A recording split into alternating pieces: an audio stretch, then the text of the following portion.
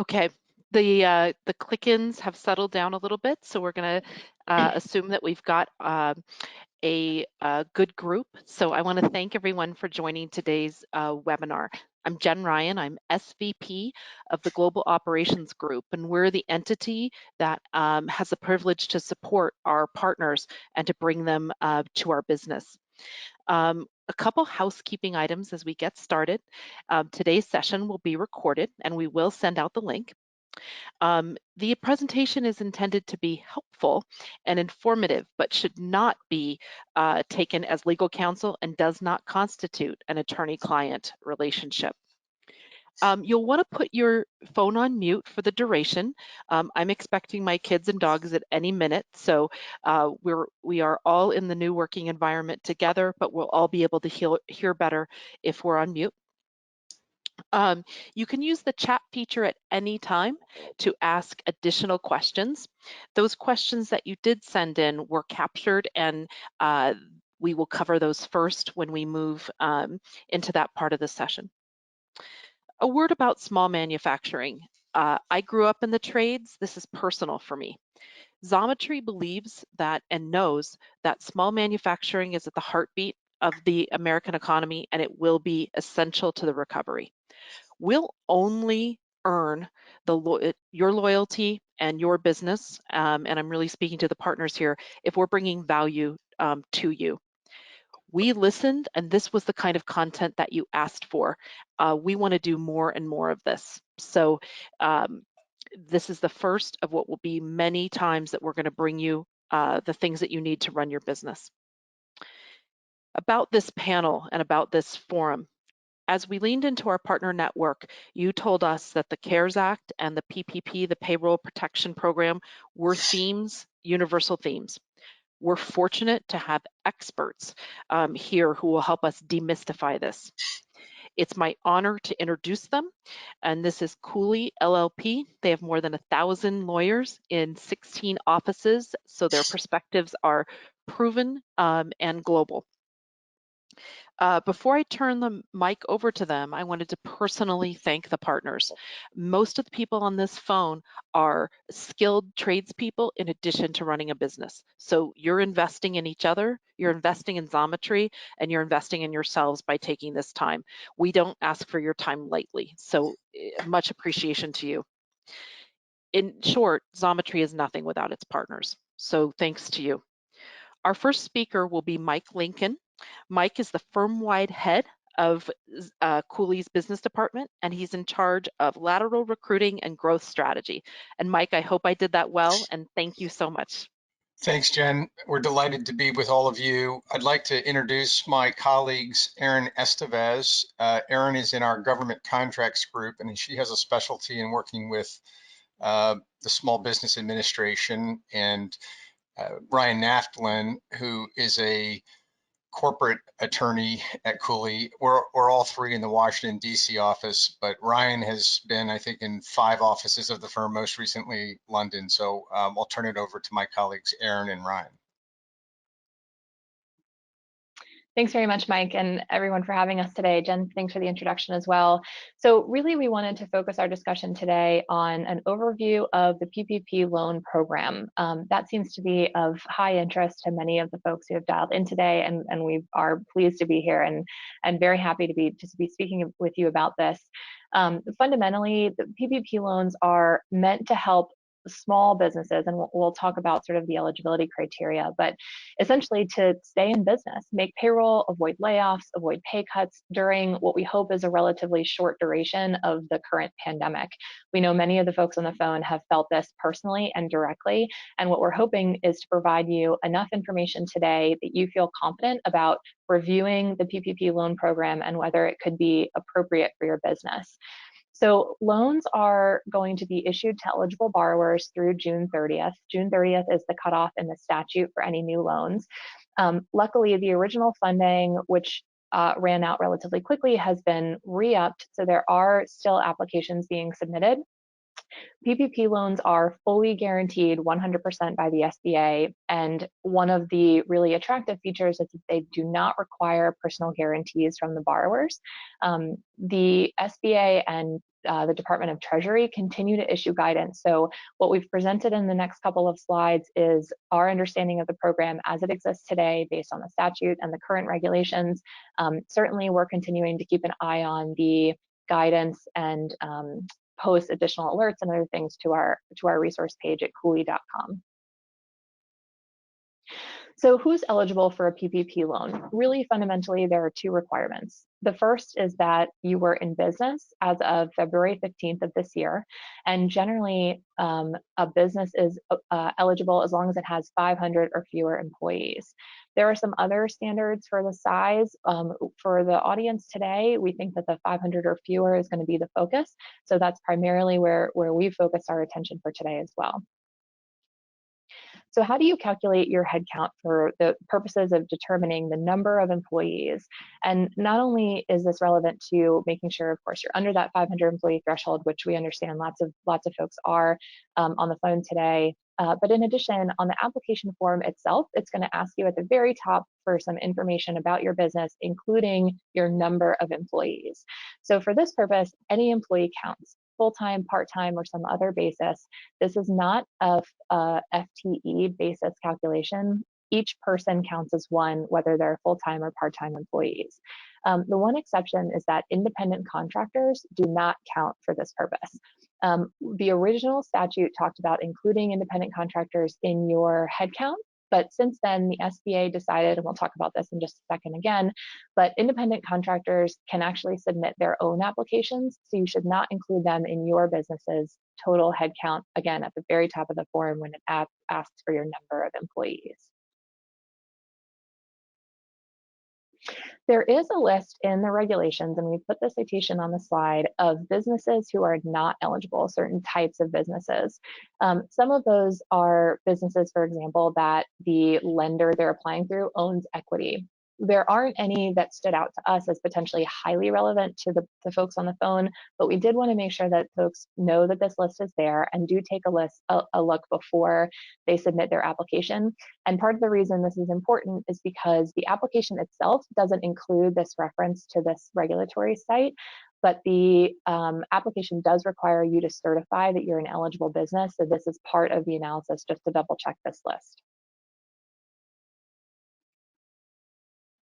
So again, the program itself is meant to help you stay in business, keep your employees on payroll for the duration of this pandemic.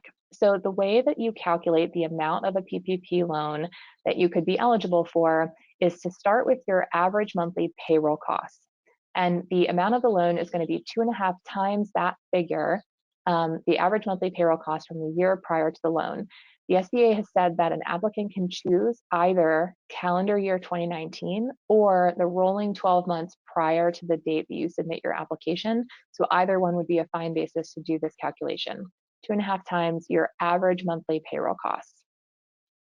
So what are payroll costs? The statute defines payroll costs broadly, which is helpful, of course. The total amount of any compensation to employees in the form of salaries, wages, commissions. You can include payments for benefits like leave and severance, group healthcare, retirement, and state and local taxes assessed on employee compensation. So all of those categories of costs that sort of go into payroll and the total compensation that you pay to your employees can be considered in your total average monthly payroll costs. Again, as I mentioned a minute ago, it excludes compensation to sole proprietors or independent contractors. And again, this is because the SBA determined that those entities can actually go submit their own application. We wanted to mention in particular, we understand that many of the folks on the phone are themselves sole proprietors or potentially a member of an LLC, maybe even a single member LLC that take distributions as a member or are self-employed. The calculation for the amount of the loan that you're eligible for is a little bit different depending on the nature of the compensation for the sole proprietor, him or herself, or the member of the LLC, because it's in the nature of a distribution rather than a W-2 salary. So that's something to keep an eye on, and really make sure that when you submit the application, you'll check a box that says you are a sole proprietor, for example, and make sure that you work with counsel or your lender to make sure you're calculating the loan amount as appropriate for your particular structure of your business. So there are a couple of other things that are excluded from payroll costs. One is compensation in excess of an annual salary of $100,000. Now that compensation cap is only on cash compensation. So you can actually add to that any amounts paid in non-cash benefits like retirement and healthcare. Compensation for any employee who's outside the United States. And if you have qualified sick or family leave and there's a credit available under the Families First Coronavirus Response Act, that is also something that should be excluded from your payroll cost calculation.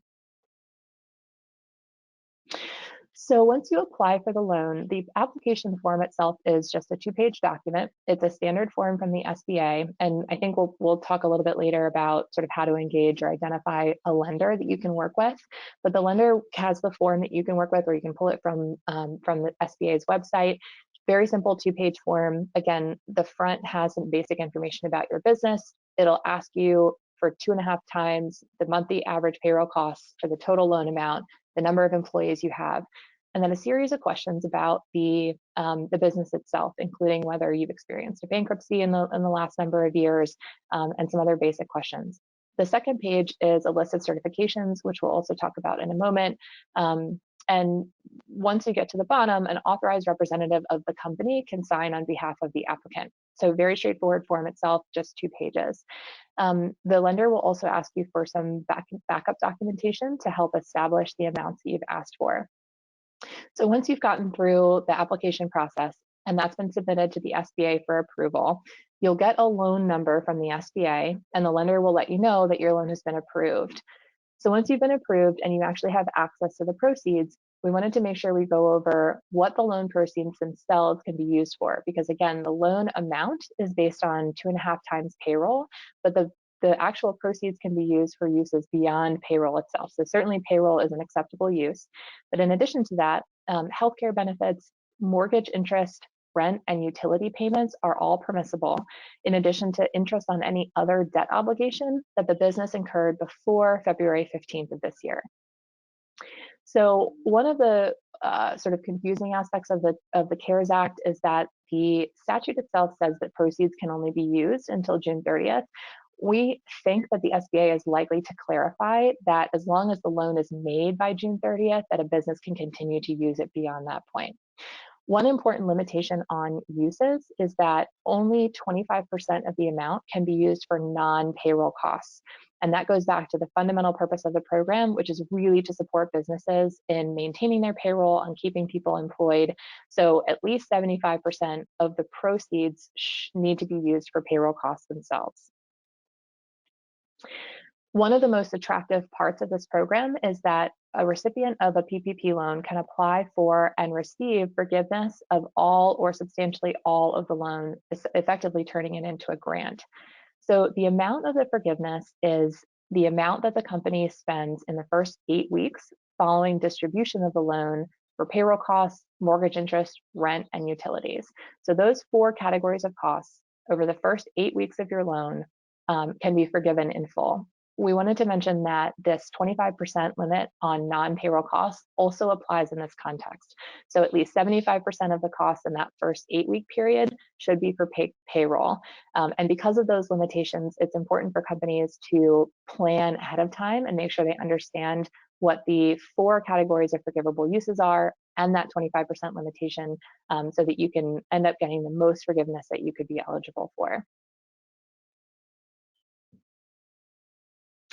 One of the other aspects of calculating the forgiveness amount is that the amount that's ultimately forgiven is going to be reduced if a recipient conducts layoffs or cuts salaries. If those layoffs or salary reductions occurred between February 15th and April 26th of this year, as long as the company is able to restore full staffing and salary levels by June 30th, you can get back up to that full forgiveness amount. And again, this is one of the aspects of sort of planning on the way into the loan to make sure that you are getting both the most loan that you're eligible for, but also maximizing your potential forgiveness to really take advantage of that very beneficial feature of this program. As the SBA moves sort of through the application process and starts to begin focusing more on the forgiveness process, we do expect that they'll issue some additional guidance about exactly how that process will work. So again, we'll continue to keep an eye on that, and we'll post alerts, and we'll work with Jen and others to make sure that everyone is aware when we've posted developments such as those. So if there is a balance on the loan beyond what's forgiven ultimately, that's going to be treated as a loan, but still has some of the most beneficial terms, in terms of other access to capital that you may have. So there continues to be no personal guarantee required. No collateral is required either, and that full guarantee by the SBA remains intact, again, for the unforgiven balance. It's treated as a loan. Payments of principal and interest are deferred for at least 6 months, and there is only a 1% interest rate with a 2-year maturity on the loan. There is a second program, the SBA's Economic Injury Disaster Loans, that are also available to companies with fewer than 500 employees. This was a separate section of the CARES Act and has some similar features, but also some very clear distinguishing facts that we wanted everyone to be aware of. So to the extent you're considering both a PPP loan and what we call an EIDL, the EIDL is available to businesses that suffer substantial economic injury as a result of the current pandemic. These loans are going to be available until the end of the year, which is a longer timeline than the PPP loans program. The personal guarantee for an EIDL is waived, but only under $200,000. So if a company is considering applying for more than that amount, just be aware that there is going to be a personal guarantee and collateral on loan amounts that are higher than that. The EIDL loans are not subject to the same forgiveness rules that PPP loans are. There is an initial advance of up to $10,000 that's available, and that is a grant, so that does not need to be repaid, but the remainder of that loan amount is a loan. And so it doesn't have that forgiveness feature the way that PPP loans do. One other important sort of restriction is that if you're going to apply for both a PPP loan and an EIDL, they can't be used for the same purpose or somehow duplicative of each other. And if you've applied for EIDL already, when you go to apply for a PPP loan, there will be questions about any EIDL you received and how much and what it was for. So that's something to just anticipate, again, if you've already applied for EIDL. So here's the certifications that I referenced earlier. This is a list of certifications that's on that page 2 of the application. The very first one we've bolded just because of its relative subjectivity and importance. So it is that the uncertainty of current economic conditions makes the loan request necessary to support ongoing operations of the applicant. Many of the rest of the certifications are very objective and very clear, right? That PPP loans will be used to retain workers and maintain payroll. You don't have an application pending for the same amount through some other program, things of that nature. This economic uncertainty certification requires a little bit of analysis by the company, and it's worth taking the time to really understand sort of what kind of HR decisions you might be facing, what other cash the company has available, what the current outlook looks like, what the sort of short-term impact on receivables or anticipated longer-term impact may be. All of those sort of holistic considerations about your business, which you know better than anyone else, are worth considering as you go into this process to make sure that this certification is something that you're certainly comfortable with. It should also form part of the company's files in terms of having done the diligence on the front end to make sure that you're eligible, you can make the certifications, you've done the math appropriately for the loan amount, and can retain those records in case you need to document for the lender or the SBA in the longer term that the loan was appropriate and used appropriately. So this is a little more detail on certification for necessity. There's not a ton of guidance out there from the government itself. We have a couple of questions and answers that have come out from the Department of Treasury about this necessity certification. But really at base, it's a good faith, commercially reasonable assessment for the company with bearing in mind the focus of the program on retaining workers and maintaining payroll. So practical next steps. If you're interested in a PPP loan based on the overview we've provided and the other information you have access to, there, as I mentioned, is a specific form, the SBA form 2483 will require some supporting documents. Once you've identified a lender may have requirements or ask for material beyond the form itself and the other materials that are called for. So that's something just to be aware of, and lenders can work one-on-one with their borrowers to make sure that that documentation is all in place. We did want to mention that the CARES Act requires applicants to only submit one application. So once you identify a lender and decide to move forward, make sure that you've only submitted one application as opposed to submitting them through multiple lenders and waiting to see sort of which one could be approved first. Just one is allowed under the CARES Act. So here's a screenshot of our Cooley.com Coronavirus Resource Hub. This is where you can sign up for alerts. You can sort by region or other topics. We try to keep everyone as up to date as we can through this resource hub. So if you're interested in potentially learning more or staying up to date, we'd strongly recommend taking a look at this webpage and signing up for our alerts there. So with that, we wanted to make sure we left plenty of time at the end for questions. We know that there are several, so Jen, I'll turn it back to you for that. Oh, thank you, Erin. That was awesome. You addressed, when I look at the pre-registered questions, you've clearly addressed almost all of them. So I'm going to take the liberty for all of those who've participated. Please put your questions in chat, but I'm going to go ahead and drive down to some specific questions. Question one is, are there benefits or disadvantages of utilizing a non-bank versus a traditional bank lender for the PPP? Sure. Ryan, did you want to speak to some of the lender questions? Oh, Ryan, you're on mute, I think. There we go. Thank you. For sure, the very first thing that I would do if I were a business considering one of these loans is to call the bank that I already bank with and get their perspective on the PPP program itself. Different banks have different levels of interest in the program. Some are very enthusiastic about it. Others have back office constraints that make it a bit of a challenge. And your bank will be, I think, usually very straight with you about how they're viewing these programs. For most of our clients, their best bet is to work with their existing lender. And part of that is just a process point that the banks themselves have a lot of regulatory requirements when they bring in a new borrower. And that if you have an existing relationship, you'll skip that whole layer of red tape. And in a first come, first serve program, both you and the bank are a lot happier if there's just a lot less work to do. And so we haven't found there to be any. Uh-oh, Ryan, I think you hit mute again. Sorry. One more time. We have not found any benefit to working with a particular bank or a particular type of bank other than one that is both enthusiastic in the program and it doesn't need extra red tape to get through extra red tape to lend to you in particular. Ryan, that's fantastic. I have two questions and I'm going to give them both to you so that in the interest of time.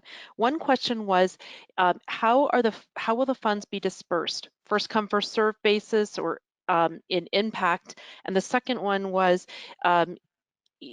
what is the outlook? Do people think that there's already fear that the second tranche is about to be exhausted? Will there be? Do we guess that there'll be additional funding?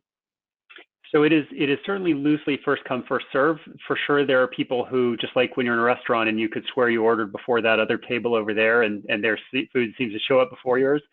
There are people who said, that's funny, I've got a friend who ordered after me.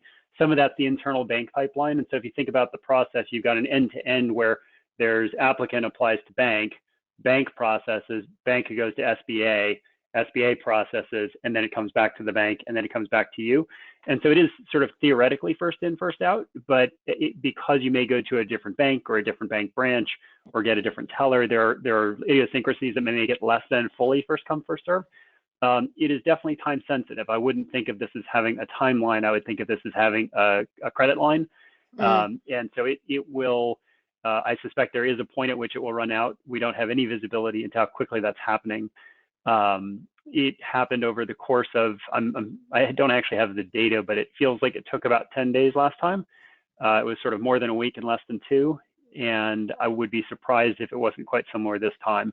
And so I would treat as first come, first serve. I would make sure what we told people the first time, and I would tell them again, is take the time to do it correctly. We do have people who submitted applications half-baked, half-thought through, with an estimate of payroll, with a we think we're compliant, but let's get it in a hurry and sort it out later.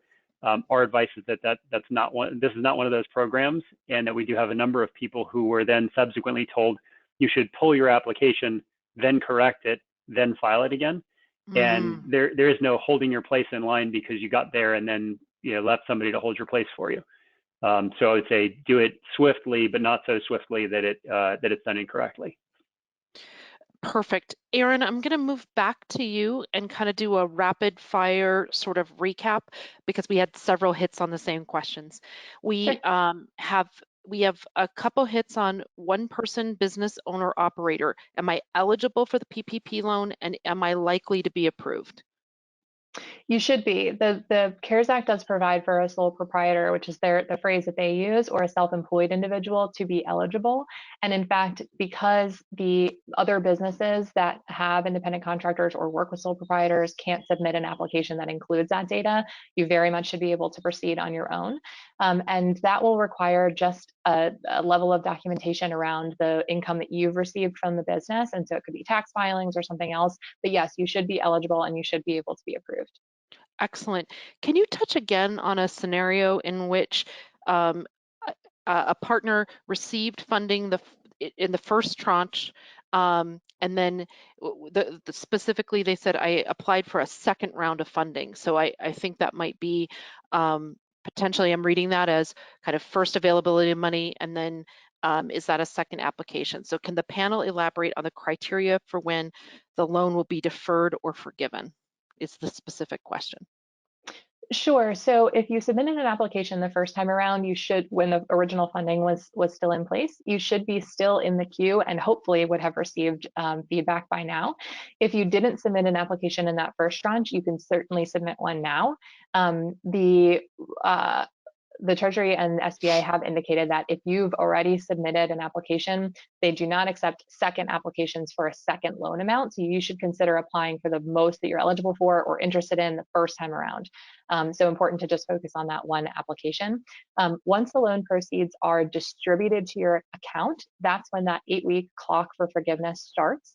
So the 8-week clock is from distribution. First 8 weeks is the forgiveness amount. We expect to see more information about the process for forgiveness and when to start that. Obviously, it's going to be sometime towards the end of that 8-week period at the soonest, but you would then submit the documentation for the forgiveness amount, ultimately have that approved, and we should see more information about how long we expect that all to take. Once it's approved, the remaining balance is subject to just the longer loan terms. There is that 6-month deferral of payments. Interest does continue to accrue through that whole period of time, but principal and interest are deferred for 6 months, and the 6 months is from the date of the loan. Excellent. I know we have a hard stop, so I'm going to give you this scenario, and I'm also going to say thank you to everyone, including the panelists. This is fantastic, and we're going to come to you again for more. The scenario is, suppose a company has 10 employees, 4 were laid off before the SBA program was announced, and those 4 cannot be restored. They've moved on. A PPP can still be taken out to cover the payroll costs of the remaining 6 employees, right? And would forgiveness be allowed for their payroll, even though 4 other employees had been laid off and not restored? Yes, absolutely. Yes. So you can still apply for the loan. You can use it for the employees that you do have. You can use it to cover their payroll costs. The one thing I'll mention is that we don't see an indication from the SBA specifically that you would have, if you were interested in trying to hire those individuals back, if those reductions took place between February 15th and April 26th. We don't see anything that indicates it has to be the exact same people that you rehire. If you get back to the full staffing on an average monthly FTE basis by June 30th, that should be sufficient. And we're going to continue to monitor to see if the SBA says something particularly about it has to be the same person, but certainly the Act does not say that. I have to say that we are getting so much even real time kind of great feedback coming in. We're going to respect everyone's time and let us we are going to go ahead and close the forum. But I don't have a job unless partners are doing well. I only exist to support them, and I am and as our team is thrilled, and your content was right on. We'll be in contact about future webinars, and to the partners, I'm sure my emotion shows in my voice, but I'm grateful to you guys for your time, and I'm grateful for what you are allowing Xometry and its customers to do. Thank you, everyone. Thank you so much. Thank you.